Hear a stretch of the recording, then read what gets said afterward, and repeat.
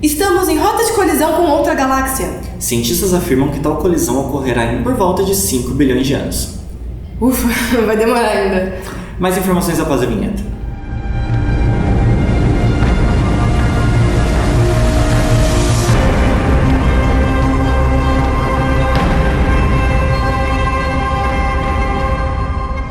Galáxias são corpos ligados gravitacionalmente e o nosso universo está cheio deles. Elas são formadas majoritariamente por estrelas, gás, poeira e matéria escura. Se você quiser saber mais sobre a matéria escura, a gente já tem um vídeo sobre isso, é só clicar aqui. A gente divide as galáxias muito a grosso modo em 4 grupos. A gente tem as galáxias espirais, as elípticas, as lenticulares e as irregulares. A nossa galáxia Via Láctea, onde se encontram o Sol, a Terra e os outros planetas, é uma galáxia espiral. E a principal característica dessas galáxias espirais, o que as difere das outras, é a presença de um disco onde ocorre formação estelar.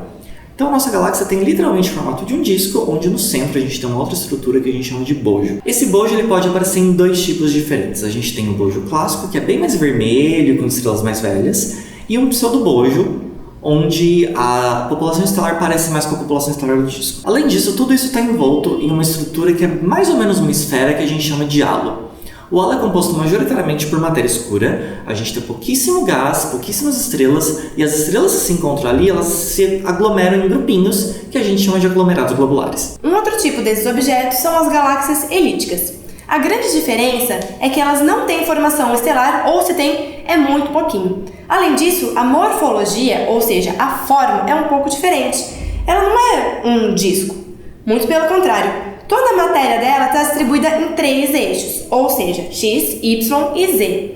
Ela é como se fosse uma esfera achatadinha, e o movimento dos componentes dessa galáxia, por conta disso, acaba sendo muito complexo. Tem ainda um terceiro tipo, que são as lenticulares ou S0. Essas galáxias estão no meio do caminho entre as espirais e as elípticas. Isso porque elas possuem também um disco, assim como as espirais, mas esse disco não possui formação estelar. Então, apesar de parecerem uma galáxia espiral por ter um disco, etc., a população estelar delas é mais parecida com a população das galáxias elípticas. Além disso, o nosso último grupo são as galáxias irregulares, que são galáxias bem menores que esses outros 3 tipos e que geralmente possuem muito gás e muita formação estelar. O exemplo mais próximo que a gente tem de galáxias irregulares são a grande e a pequena nuvem de Magalhães, que estão orbitando a nossa galáxia. Além dessas, outras características como a presença de barras, a presença de braços espirais, a relação entre o tamanho do bojo e do disco, o formato da galáxia, se ela é bem circular ou se ela é achatadinha como uma elipse, são usadas para classificar essas galáxias morfologicamente, ou seja, a partir da sua forma. Todas essas classificações são colocadas no que a gente chama de diagrama de Hubble. Mas aí você pode se perguntar se essas morfologias não mudam com o tempo. Tipo, se uma galáxia nasceu espiral, ela vai continuar sendo uma espiral para sempre? A resposta é não. A gente vê hoje em dia no universo que as galáxias podem mudar de morfologia. Morfologia significa forma.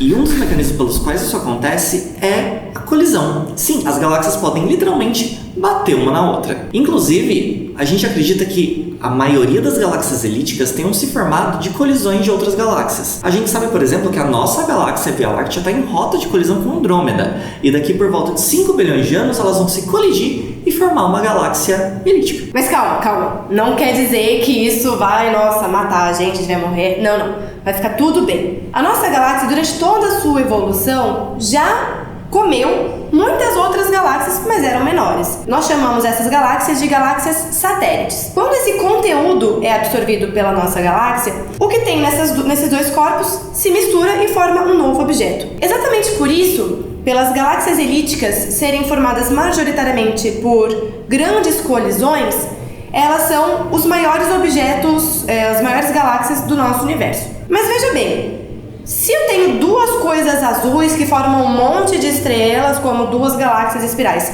e elas se colidem e formam um terceiro objeto, por que ele vai ser vermelho como uma elíptica? Não faz sentido. Mentira, faz sim. Porque o que acontece? Durante essa colisão, o gás que está nessas galáxias azuis, ele é expelido para fora, ou então uma parte pode ser usado para formar estrelas. Só que depois que essas estrelas forem formadas e morrerem, não vai mais ter gás para fazer nada lá dentro. Ou seja, a única população estelar que vai sobrar lá dentro é a velha, é a antiga, ou seja, vermelha. Durante esse vídeo todo a gente está falando de galáxia azul, galáxia vermelha, cor e etc. Mas qual é exatamente a relação entre cor e o conteúdo dessas galáxias? Por que as cores mudam? Quando a gente está falando de galáxias que estão mais próximas, no que a gente chama de universo local, isso tem a ver com as populações estelares. Porque o que acontece? Você tem uma região do espaço que começa a formar estrelas. Você vai formar estrelas ali de tudo quanto é tipo e tamanho. Estrelas grandes vão ser mais azuladas, estrelas pequenas vão ser mais avermelhadas. Só que as estrelas grandonas e azuis, elas vão morrer mais rápido. Então, se a gente olha para uma região numa galáxia e a gente enxerga azul, a gente pode inferir que ali está nascendo estrelas. Enquanto numa região mais avermelhada, a gente não tem mais formação estelar e só sobraram as estrelas pequenininhas e mais velhas. Agora, quando você olha para uma galáxia azul que tem formação estelar, não quer dizer que ela só tem um monte de estrela grande azul. Muito pelo contrário. Como já disse, são formadas estrelas de todos os jeitos, desde a pequenininha até a mais grandona. Só que uma estrela muito massiva emite tanta luz que só a luz dela é suficiente para ofuscar a luz de um monte de estrelas menores. Essas relações, elas valem para qualquer galáxia, em qualquer lugar do universo, mas quando as galáxias estão longe, o modo como a gente enxerga, elas começam a mudar um pouco. Objetos muito distantes da gente vão sofrer um desvio para o vermelho, ou redshift. Para entender um pouco mais como que funciona esse efeito, primeiro vamos assistir um videozinho.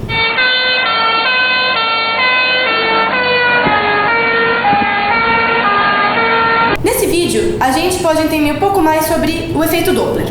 Por exemplo, quando uma ambulância está vindo na nossa direção, a gente escuta a sirene de uma forma mais aguda. E quando a ambulância vai embora, parece que o som fica mais grave. Mas não é que a sirene estava emitindo som de outro jeito.